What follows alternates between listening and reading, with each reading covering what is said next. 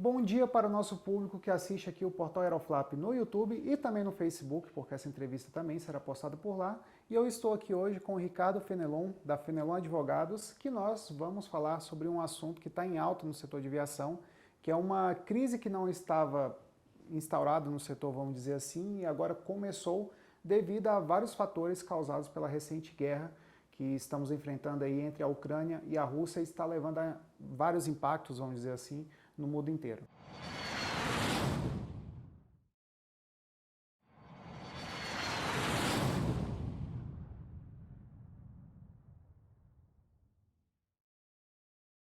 Ricardo, vamos deixar aqui um espaço para você dar uma saudação para o nosso público antes da introdução. Obrigado pelo convite, é sempre um prazer estar aqui com vocês no Aeroflap.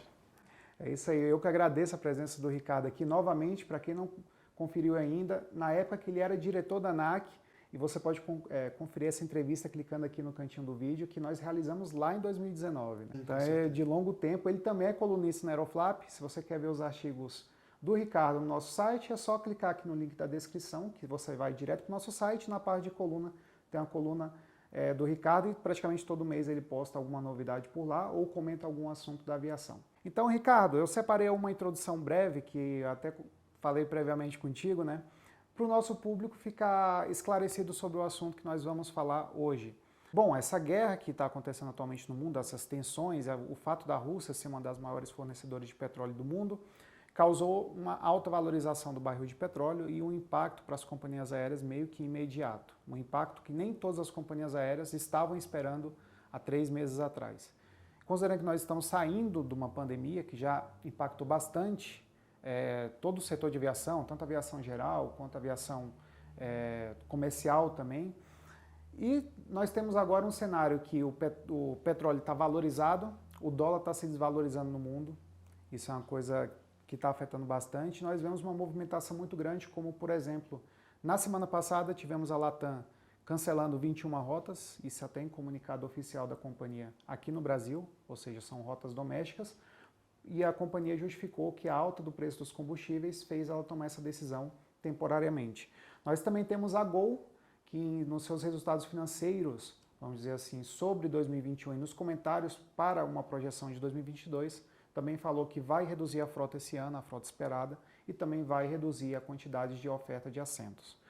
Lá na Europa, por outro lado, a gente tem as companhias também reduzindo alguns voos, né, que são voos mais deficitários ou que não tem uma taxa de ocupação tão alta, ou a tarifa média desse voo não é tão alta. E as companhias também, lá elas podem cobrar, tá, pessoal, a taxa de combustível no preço da passagem aérea, e elas estão aumentando essa taxa de combustível, que é justamente uma taxa variável que vai no preço da passagem no momento que você compra, e depende muito da época que nós estamos vivendo. Então nós temos esse cenário todo de um barril de petróleo que estava a $80 no início do ano e aqui praticamente foi para 140, agora estabilizou em 110, 115, e um dólar que está desvalorizando, e para o Brasil isso significa uma coisa boa, não é, Ricardo? Dessa alta toda, desculpa. Não, sem dúvida.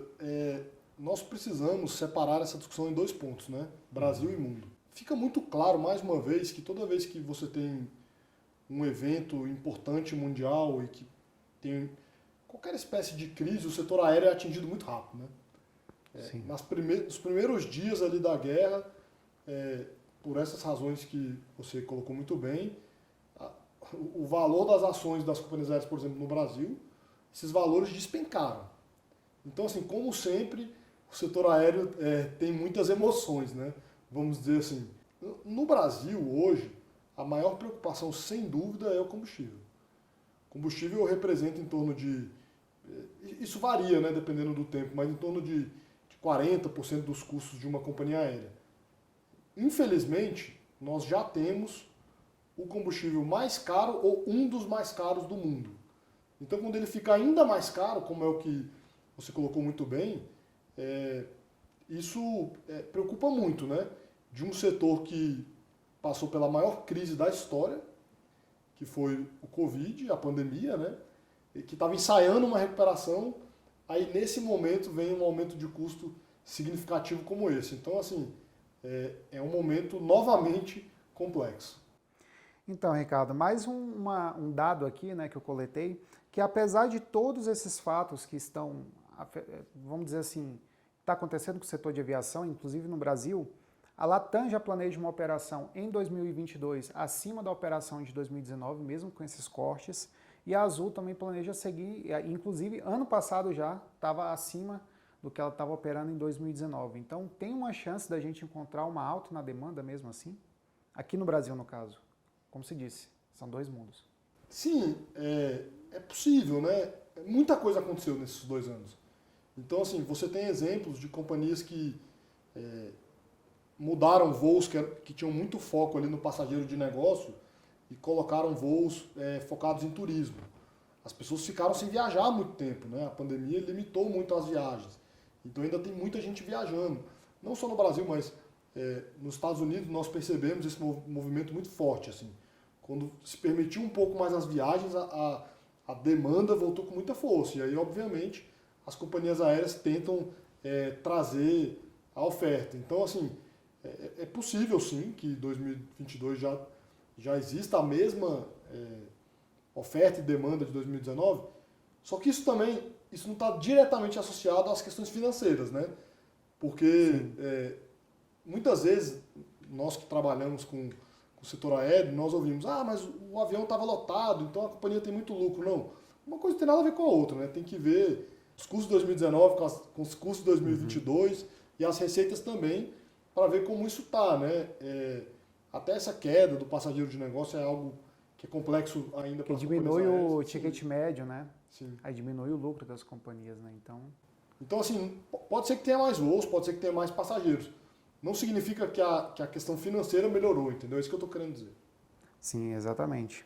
Ricardo, pegando assim no cenário do mundo, o que nós podemos esperar para a aviação com um impacto tão forte na Europa? Nós temos uma proibição de espaço aéreo, então o que acontece? Antes você tinha um voo direto da Europa para a Ásia, agora esse voo tem que fazer um desvio enorme, isso acrescenta 2, 3 horas no voo, ou mesmo esse desvio, esse aumento do tempo de voo, causou, vamos dizer assim, um custo adicional que a companhia não quer arcar com isso, ou os passageiros não estão dispostos a pagar mais caro por uma passagem aérea que tem esses custos embutidos.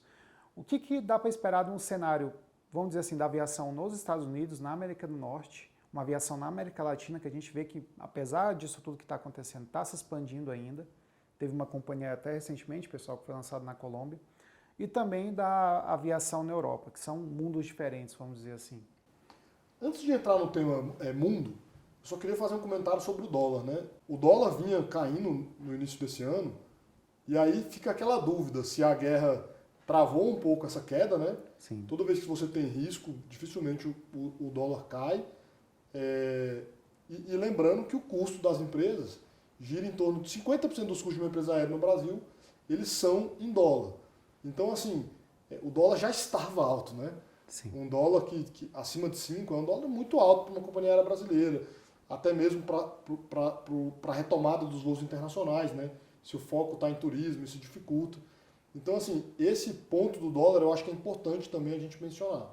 Dificilmente essa queda vai ser uma eventual queda agora vai ser suficiente para compensar o aumento do combustível, entendeu? Porque o aumento do combustível foi muito expressivo. Sobre o mundo, acho que tem 2 pontos interessantes. Um você já mencionou, que é essa questão do espaço aéreo. Quando você imagina a quantidade de países ali na Europa, os voos da Europa para a Ásia, assim, complica muito essa questão do espaço aéreo, né? Para as companhias da Rússia nem se fala, porque elas praticamente hoje só podem voar na Rússia. Para as companhias da Europa, também complica, porque muitos voos passavam ali pelo espaço aéreo da Rússia, que agora está fechado. Nós tivemos recentemente, nos últimos anos, um aprendizado muito grande do custo de você restringir o espaço aéreo, que foi aquele bloqueio que a Qatar Airlines enfrentava, né? Sim. Normalmente, as companhias fazem a rota que é mais rentável, claro, respeitado as questões de segurança, de tempo, etc. Mas assim, normalmente quando você tem essas questões de restrição do espaço aéreo, você aumenta as rotas. Então você aumenta custo. Com o combustível aumentando, é só mais custo, mais custo, mais custo, entendeu? E nem sempre o usuário está à vontade de pagar esse custo, né? Não, aí é outro ponto, né? A questão do aumento das passagens, principalmente esse passageiro de turismo, né?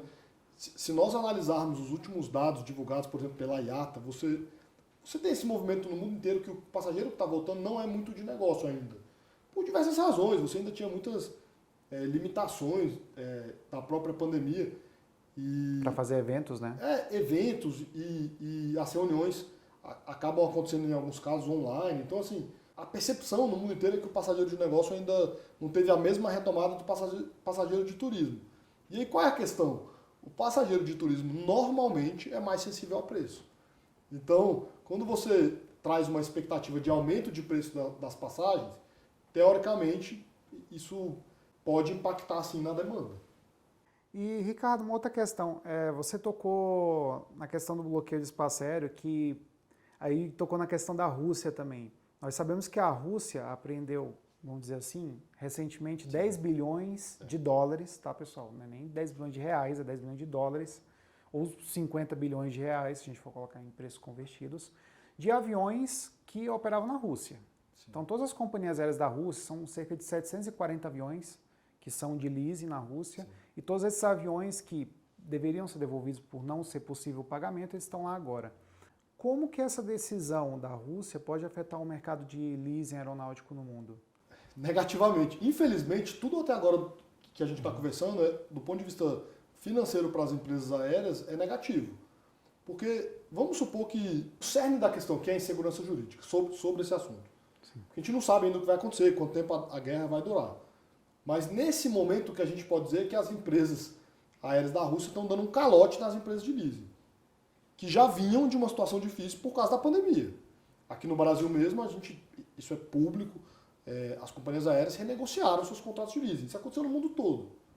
Então, empresas que já vêm de uma situação difícil da pandemia. Qual a tendência? É aumentar o custo do leasing no mundo. Mesma coisa com seguros, entendeu? Então, assim, infelizmente, quando nós olhamos para o cenário guerra, o que vem à mente é aumento de custo. Entendeu? Infelizmente. Essa questão, especificamente das empresas de leasing, ela sempre foi complexa, sabe? Porque, assim, mesmo antes de ter a discussão do próprio governo russo permitindo esse calote, quando elas anunciaram a quebra, não a quebra, mas assim, a rescisão desses contratos, com base nas sanções econômicas que estavam sendo impostas à Rússia, no setor nós já discutimos as dificuldades de ser implementado. Vou tentar dar um exemplo aqui, tirando o juridiquês, né, como a gente sempre diz. Uhum. Ok, cancelou o contrato. Quem busca esse avião? A empresa aérea russa não pode sobrevoar vários espaços aéreos da Europa. Para as tripulações, eventualmente, de uma empresa de leasing chegar na Rússia, o momento é bem complexo. As companhias aéreas russas vão acatar... Que não tem voos para a Rússia... Isso. De alguns países, né? Só de determinados países, vamos dizer assim. Essas aeronaves, os contratos de leasing delas, respeitam a Convenção da Cidade do Cabo, que trata disso, que permite essa retomada mais rápida da aeronave. Nós não temos conhecimento específico desses contratos, né? Então, assim, o que esses contratos dizem sobre guerra? Então, assim, o que eu estou querendo dizer é que é difícil saber a efetividade dessa sanção, entendeu? Porque a partir do momento que isso foi anunciado, nós já vimos no setor vários especialistas discutindo a dificuldade de tornar essa sanção das empresas de leasing efetiva. E ainda mais agora com essa discussão na Rússia, do governo russo, de permitir isso, aí fica mais difícil ainda. Resultado final, você tem um calote. Tem aquela sanção do sistema de pagamento, né? Que é utilizado no mundo inteiro. Isso dificulta muito, segundo as empresas, o pagamento do leasing. Então, assim, é uma situação bem complexa e que eu acho que o resultado é de insegurança jurídica. Pois é, e aquela questão, eu vi que tem uma lei, não é bem uma lei, mas é meio que uma regulamentação feita pela IATA, e eu queria saber de você, basicamente, o que essa regulamentação diz, porque a gente viu um caso bastante complexo no Brasil, na verdade, 2 casos, que o primeiro foi a falência da Avianca Brasil, que tiveram as retomadas, certinhas dos aviões, desculpa. Também tivemos agora a Itapemirim suspendendo os contratos, os aviões também foram retomados pelas empresas de leasing. E no caso da Latam teve um acordo unilateral que ela devolveu os aviões a 350. Sim. Tem um acordo ali com a IATA que vale para o mundo inteiro e todo mundo tem que obedecer isso, ou não é bem assim? Cada país segue seu rumo? Na verdade, a principal norma que trata disso é a Convenção da Cidade do Cabo. Que ela foi feita, na verdade, para diminuir o custo do leasing. Porque se você diminui o risco jurídico, o leasing tende a ficar mais barato. Se eu sei que se você não me pagar, eu pego a aeronave de volta e faço o leasing, arrendo, né, que a gente fala no Brasil, para outra empresa, a tendência é ter menos risco, então ter menos custo. Do ponto de vista da IATA, o que com certeza a associação defende é exatamente isso. Que você tenha mecanismos para... porque a IATA não faz norma, obviamente, né? A IATA tem orientações, recomendações e tal, como uma associação... Padronizar a aviação no mundo, exato, né? como uma associação de companhias aéreas internacionais, e obviamente a IATA tem um papel muito importante nisso, mas é mais nesse sentido, entendeu? Que os contratos de leasing sejam respeitados para você diminuir esse risco, que toda vez que você diminui o risco, você diminui o custo. E o que toda companhia aérea quer? Um leasing mais barato. É um jogo de ganha-ganha, né, nesse caso. Então, pessoal, última pergunta aqui da nossa conversa, esse bate-papo com o Fenelon aqui. Bom, vamos lá, Ricardo. Alguns países estão retirando as restrições de Covid. Começaram alguns países pontualmente no início desse ano, alguns países importantes, tipo países da Europa, vamos falar Portugal, França, está retirando também, retirou agora em fevereiro. Estados Unidos deve retirar agora em abril, que eles já deram um esclarecimento dizendo que eles podem retirar algumas restrições, dependendo da questão de vacinação de cada passageiro que chega no país. Então, como é que isso pode afetar o setor de aviação, vamos dizer assim, no longo prazo?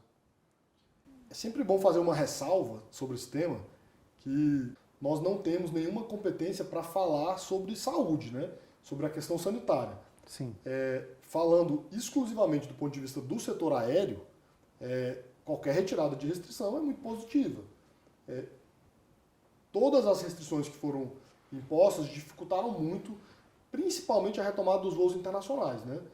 E a partir do momento que você retira essas restrições, a tendência é que as pessoas viajem mais e que você tenha mais voos para esses destinos que não tenham restrições. Então, finalizando aqui, né? Falamos de com essa notícia boa, e também tem pontos negativos dessa crise que nós estamos enfrentando, mas também tem pontos positivos, como essa retirada das restrições que pode levar, como o Ricardo falou, ao aumento da demanda. Agradeço ao Ricardo aqui pela participação no canal, lembrando que ele é da Fenelon Advogados, ele é especialista em direito aeronáutico, né, Ricardo? Sim. E ele tem um escritório aqui, você pode conferir tudo na descrição do vídeo. Muito obrigado pelo convite, é sempre um prazer estar aqui com vocês. Conseguimos terminar com um bom tema, né? Apesar das dificuldades geradas pela guerra, tudo indica que estamos chegando ao fim desse momento difícil da pandemia, que gerou muitas dificuldades para o setor. Então, depois de exatos 2 anos, né? Sim.